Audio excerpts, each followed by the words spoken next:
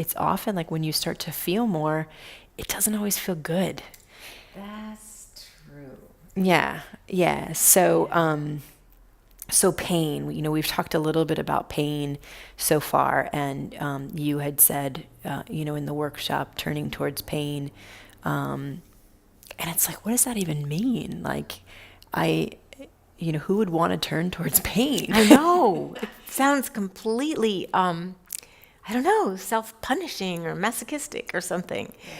So that's not the spirit in which we say turn toward pain. We're not seeking pain and looking for pain and turning toward it to seek it out or amplify it. It's got to be understood as a part of an instruction that is really about learning to, I would say, develop a stronger tolerance or ability to bear discomfort in the body.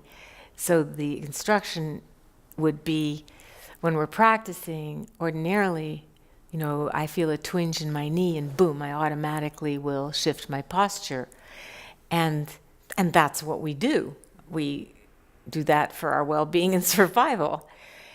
However, when we're meditating, when we're practicing mindfulness in a formal way, when we have that twinge, instead of immediately dissociating from it, pushing it away or withdrawing, we practice coming a little closer to that experience and building our tolerance for it. And the reason, again, is not for purposes of self-torture or anything like that. It's because it's the same pathways in the brain that process emotional and physical pain.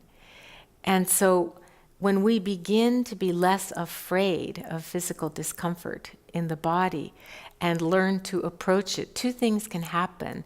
The first is what I was talking about earlier, where you begin to see the flow of experience and the coming and going and the flickering nature of an experience that seemed solid and unbearable, but in momentary little bites of reality is bearable. Mm-hmm. So instead of one day at a time, we would say one moment at a time.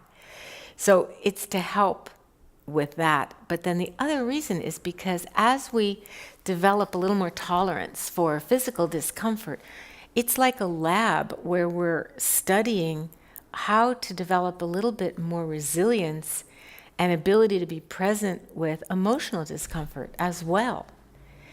It's a kind of twofer that really develops our strength and confidence in being able to meet the unpleasant experiences that are just part of life.